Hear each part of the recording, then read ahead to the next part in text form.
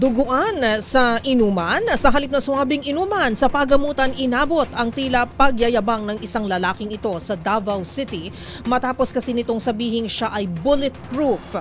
Walang pag-aalinlangan itong binaril ng kanyang kainuman. Ang sinapit ng lalaki tinutukan ni Arnold Herrera.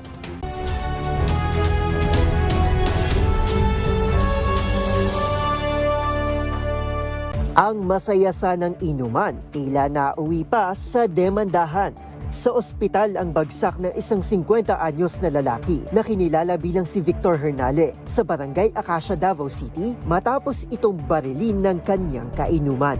Nang dahil sa kalasingan, pinatulan ng suspect ang pagyayabang ng biktima na ang katawan umano nito ay bulletproof o hindi tinatablan ng bala. Walang pag-aalinlangan itong binaril ng 2 beses sa tuhod ang biktima na agad namang isinugod sa Southern Philippines Medical Center at isinailalim sa operasyon. Sa ulat ng Davao City Police, pinaputokan ng airgun si Victor bago tumakas ang suspect. Kasalukuyan ng pinaghahanap ngayon ng pulisya ang kinaroroonan ng suspect na dati na rin palang naharap sa kasong frustrated homicide at paglabag sa gun ban ng Commission on Elections. Para sa DZRH TV, ito si Arnold Herrera.